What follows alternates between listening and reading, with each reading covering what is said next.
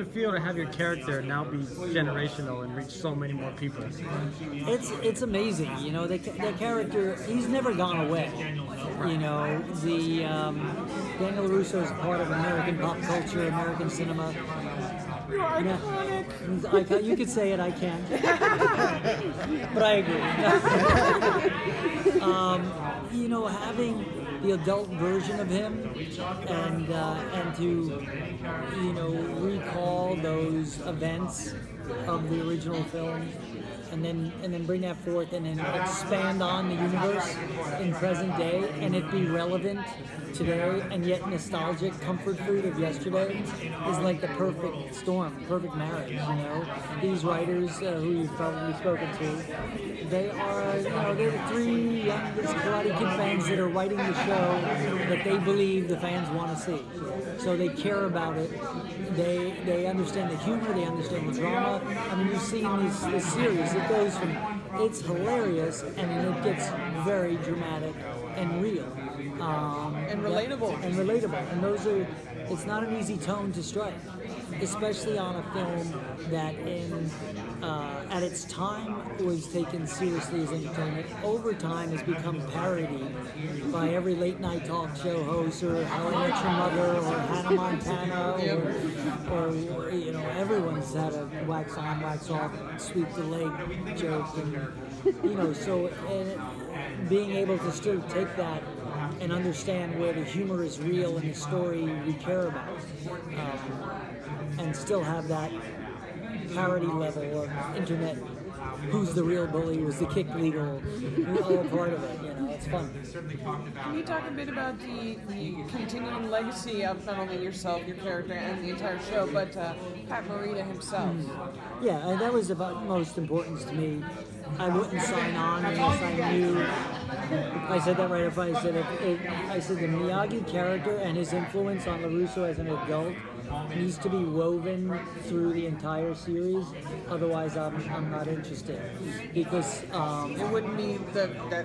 It wouldn't have all those other levels. I mean, the Cobra Kai, but it's, you know, the get him a body bag, sweep the leg, the kicks illegal, all that stuff is all cool and fun.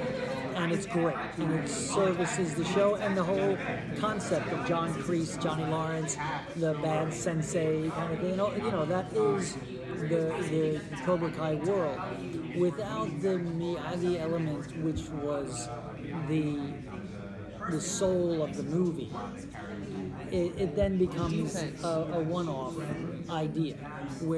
So that's why one of the things we're addressing in season 3 is the origins of Miyagi-Do karate as well as Cobra Kai, where they began, what they know. We're going to learn things about both that we didn't know. The star just gave us spoilers. That's awesome. Yeah, but I didn't tell you what it is. No. And the other little spoiler is that one storyline takes Daniel to Okinawa.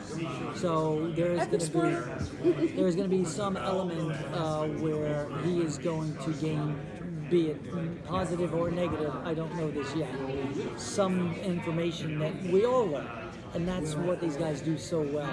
Is so now, instead of it, you know, now you're opening up something totally new. As well as this young cast having to deal with the repercussions of season 2. Both Johnny and Daniel have to deal with, they both had good intentions in season 2, even though they totally operate differently.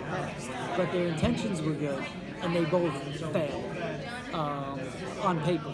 And now both their names, Lawrence has had this in the past, but for LaRusso, his name and Miyagi's name, in whether there's an investigation or the school or the town board as to what happened, is all of a sudden not positive.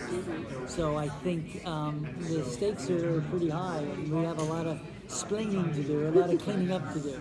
And I think that, you know, our goal is to continue to meet with you guys a couple of years from now and still be going. We sure hope so. Yeah, we hope so too. From your, as an actor, how to meet again with your character, but also have the chance to see him from a different point of view, because I think one of the most interesting things from Cobra Kai is that they actually change our point of view. Yeah.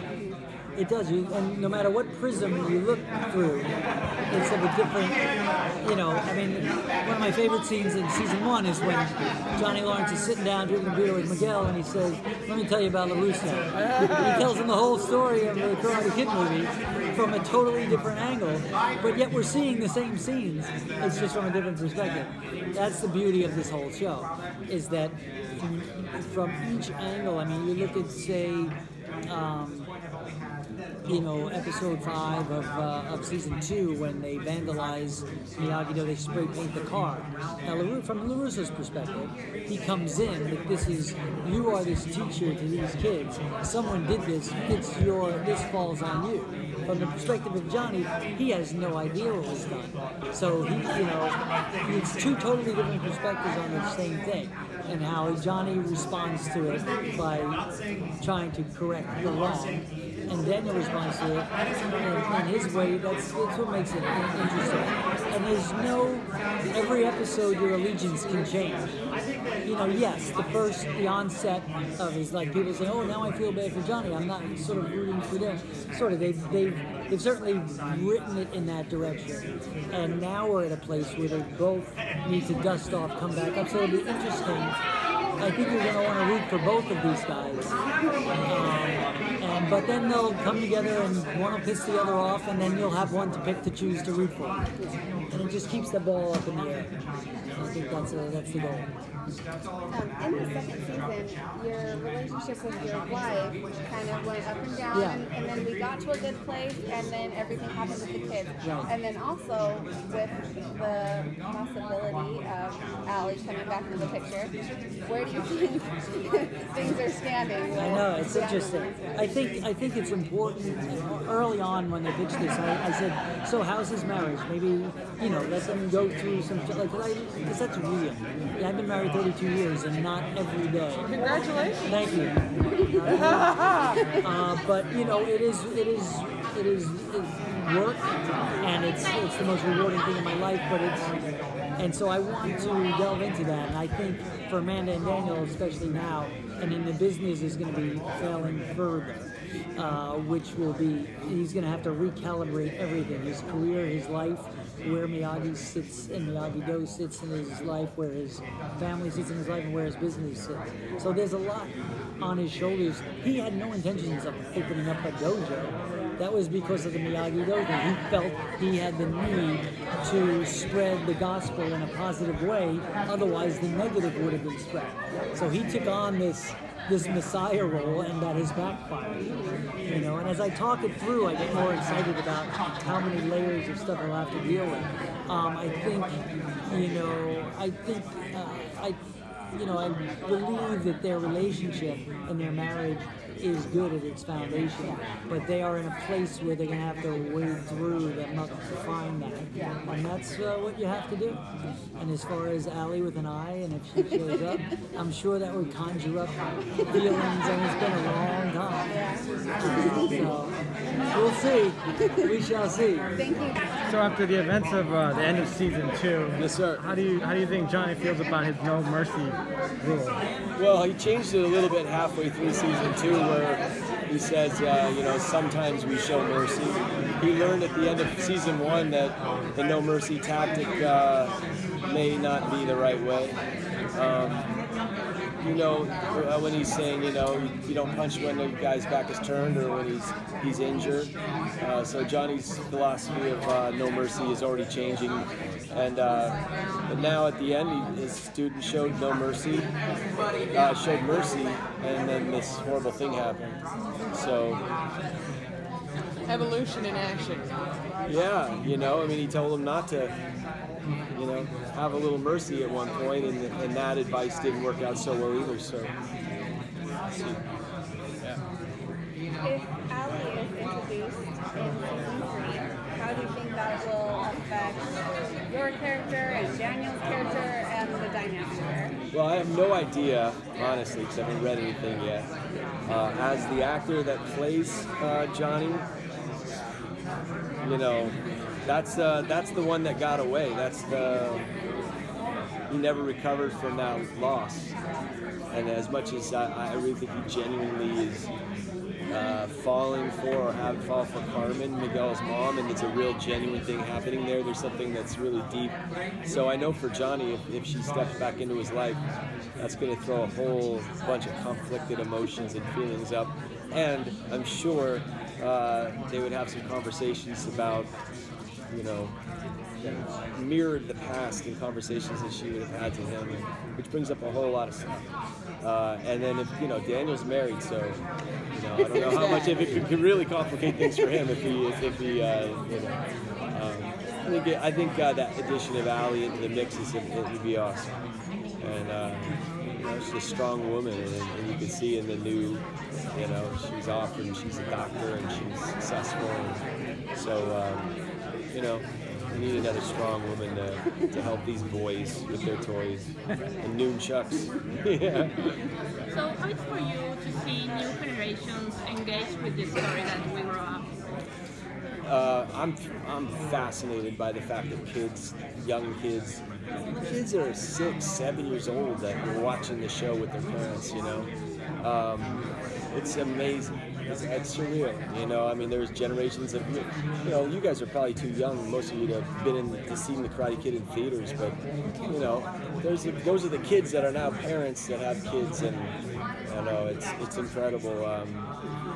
It's an incredible feeling. I don't know, I can't even put it into words, but it's when I see little kids come up at shows or somewhere and they're wearing their headbands and their gis and they get into a fighting stance, and it's inspiring them in their own lives, you know, and I love that. I like taking the opportunity of meeting these kids, and, you know, they don't know who you are, you're an actor, you're this character on TV. I love to reach across and, you know.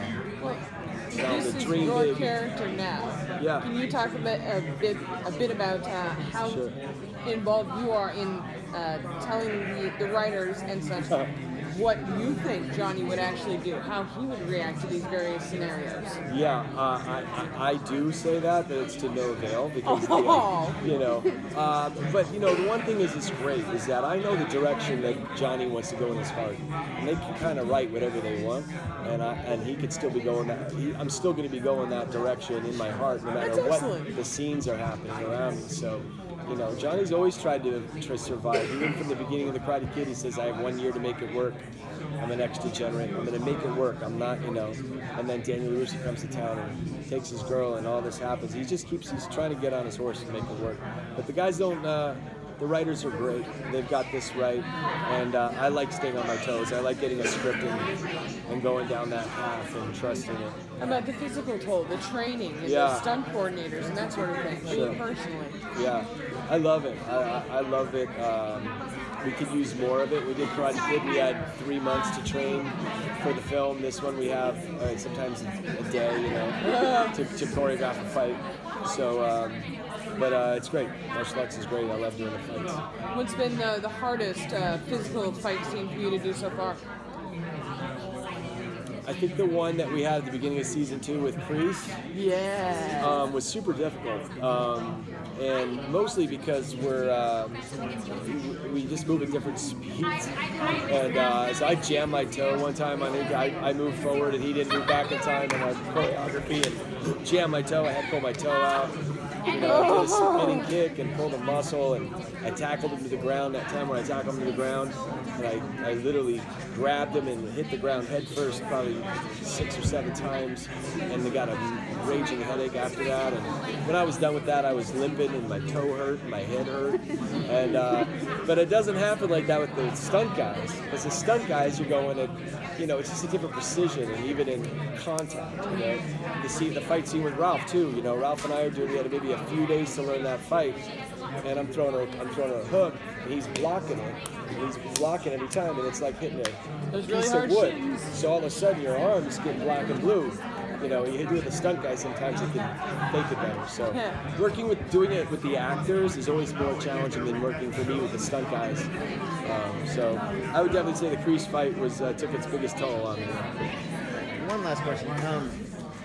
How does it feel to finally get some vindication for Johnny, now that people know his backstory, know what he was going through at the time, that it wasn't anger, it was just dealing with what was going on as a teenager, and he's still kind of dealing with it now. I don't know if it's it's Vindication, or I think it's just great to be able to, Johnny's changed a lot. He's not 18-year-old Johnny, just like we all grow. You're not the same you were in high school. So I'm playing a new character with the same past. At least he still loves the same heart. music. Loves the same music. So I don't know. I don't really look at it. I don't really attach him to being like, oh, he's vindicated. Everybody understands him now. But I do love the fact that people are rooting for him. That's a good feeling. Empathize with him now. Well, I love that, because I always said when Karate Kid 1, I never saw him as a villain. I always saw him, for me, I knew he was the antagonist, but I never saw him as a bad guy. So it's fun to get to play him, and people kind of agree with that now, and see the other colors of him. So that's it. It was years ago. It was John Kreese. Now there's a lot of publicity on the show.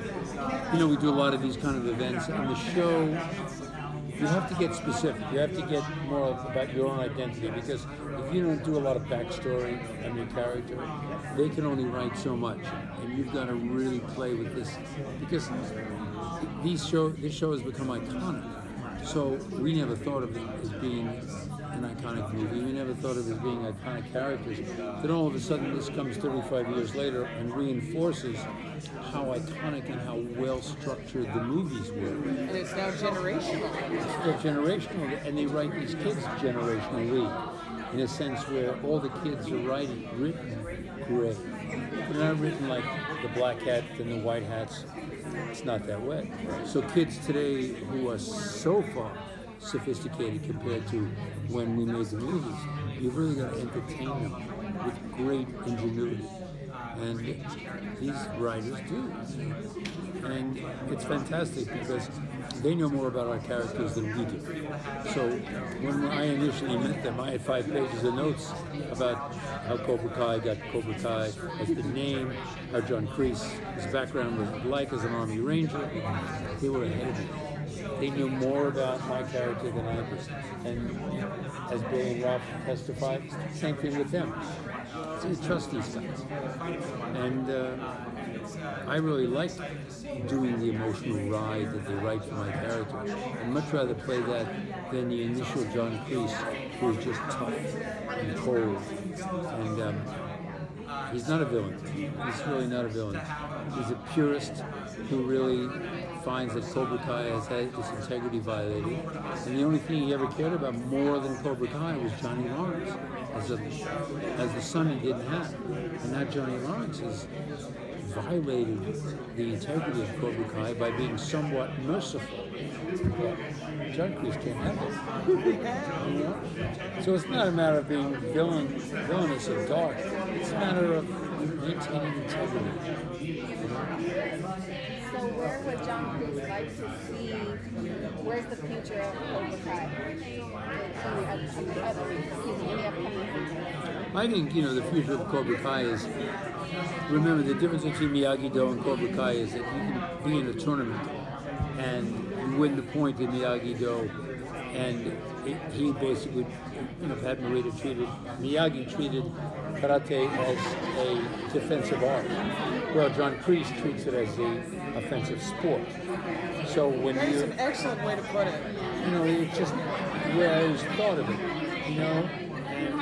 And bottom line is, in a tournament when your opponent is down, let him go. But in the street, which is half the battle that John Kreese is talking about in the dojo, when you meet someone in the street, you can't just let him be down, leave him there, because you don't really know if he's going to come back up and torture you or do something, and you've got to protect yourself. So Cobra Kai study is basically just as much about confrontations in the street. I remember that line I said, one of the first lines I said in the movie, someone confronts you, if someone confronts you, he is your enemy. An enemy deserves no mercy. And so therefore, if someone confronts you, he's already your enemy if he's really looking to start trouble for you and insults you and starts a fight.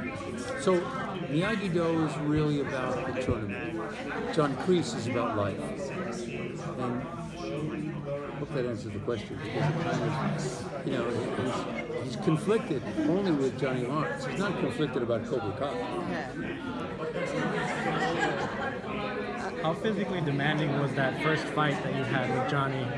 Say that again, I'm sorry? How physically demanding was that fight in the first episode with Johnny? We practiced for 3 weeks in LA because we wanted to. We went to see a different stunt coordinator who's now been nominated for the second year in a row for the stunts in our show. He got an Emmy nomination, yeah. And so Hito and Janelle, they're a husband and wife team, they're brilliant. So they assigned Billy and I to work with someone, Simon Reed, and terrific back in Los Angeles. And we worked 2 weeks before we knew the structure of the fight. Then when we came to Atlanta, we would work 2-3 times a week and work out the moves. It was just terrific. I think, the only stunt man that we used within that fight, the stunt, was going into the mirror. And Billy couldn't go into the mirror. But it's great, and Billy and I, we love fighting each other. I mean, we just really like it, Billy and I really enjoyed acting. Doing my most exciting moments are with Ralph and Billy. And with Ralph, it was only in the garden scene I did when I popped up, and in the very first scene where we're coming out of getting a drink in the 7-Eleven and all that, when we bump into him and I say, my condolences for Mr. Miyagi, But the thing is that there's something that comes up. It's the histrionics. It's something that comes up, and it's not explainable. You can't explain it. It's a maturation. It's a seasonal thing that just comes up when we're working with each other, and it's something metaphysical, and it's fascinating, truly fascinating. John Kreese comes up a lot in my life, more now than ever before, and I know it has to do with the series. They always tell you when your characters get real close, there's a line of insanity, versus your own personality. I don't think of it as insanity, but I know this character comes up a lot in my life. In times when I'm stressed, or times when something's not working out, I do feel John Kreese services right in the eyes. And I can portray that with someone who's not giving me what I want in the sense of he made an agreement to do something and he's not doing it. That character comes right up. And people pale. They pale. They do, and I don't do it to hurt anybody because I'm not that kind of guy, And, I have a 2-year-old grandson and I live to be with him every day, So, I cry at supermarket openings, but you'd never buy that when John Kreese comes up. Yeah. They'd never parallel each other. So could we talk about the physical constraints placed on all of you guys as far as filming, especially the second season? Stunt coordination, training, please expound. Well, going into the first season, we really didn't have a lot of training at all. We kind of started mid-season, going all the way up to the big fight tournament at the end. But for the second season, we got time to actually all train together. We trained together. Except that, we got all time to train together. How wonderful. Except I didn't get the 3 months before that they got. I got no training season 1. So I'm coming in on season 2, and my starting training, they're all doing flying, like, Superman punches and, like, all these, like, flying side kicks and all this stuff. And they're like, who can get the highest? Who can go the farthest? And I'm like, I would just like to land one, please. And your character is supposed to be... I know, she's the tricky one. She does the tricky kind of stuff, and she's been doing it the longest out of everyone, so it's been fun. Right up. I appreciate it. I did some hard work. So as far as the physical effort goes, what would be the hardest scene for each of you to have filmed for the second season? Go for it? Go for it. That's up to you, but I think a lot of us can agree that was that oneer in the hallway where there was no cuts at all, and it was 83 seconds long, I believe, and we just had hallway one shot? Yeah, just one shot, trying to figure out all the Texas switches right in between, so there was no cuts, and the fact that in that 83 seconds, you can't stop fighting because you don't know when that camera's going to come around and just get even just a glimpse of you. And if you're just standing there, then it's not going to sell anything. So for that 83 seconds, you're having to fight and fight and fight and fight and fight. And by the time you get to the end, I don't have very good cardio at all. So I'm like, need an inhaler by the time I'm done. I'm like, okay, they're like, let's go again. I'm like, yeah, in like 5 minutes, please. But for me, I'd probably say that was definitely the hardest one. You know, I guess to kind of add on to that, I will say as hard as that was, we did that maybe 5 or 6 times, tops. It was, because you know when you mess up, boom. Not too many free trial runs. Exactly. Felt like 50. Yeah, I know. But the stuff surrounding that, I feel like especially, I mean, I was fighting with Tanner the whole time, you know. So we have, on the balcony, we filmed there, I'd say we did like 15 or 20 takes of each section of that fight. So, you know, personally speaking, I would find those harder just because it's so much more dependent on you and one other person, whereas with this oneer, I know at some points Peyton and Mary are going to take the lead and they're going to be the stars of the shot, whereas with this fight between Tanner and I, it's like, you're not in the background, you know, just like fake punching each other. It's, you know, so I would find those fights a little bit harder than the oneer, because the oneer, it's like, you know, when you mess up and that's it. Whereas this one, it's like, you have to do it so many different times, so many different angles, so that's... I have an even more different answer, which was episode 7. Because I skated. You mean roller skating? Yeah, roller. No, actually, the episode 7, the Soshu Geiko. Oh, yes. Or the Kon Geiko. I'll agree with this one, too. Soshi was outside, right? Kon was inside, is that right? Soshu Geiko is the hottest day. Yes, Yeah. and the Kon Geiko was inside the freezer. That one, Tanner and I learned as we were shooting it. I kid you not, it was the craziest experience of my life. It rained outside that day, and so scenes got moved around, so we were supposed to have time to learn the fight that morning and then shoot it that afternoon. What ended up happening is it moved up to the top of the day.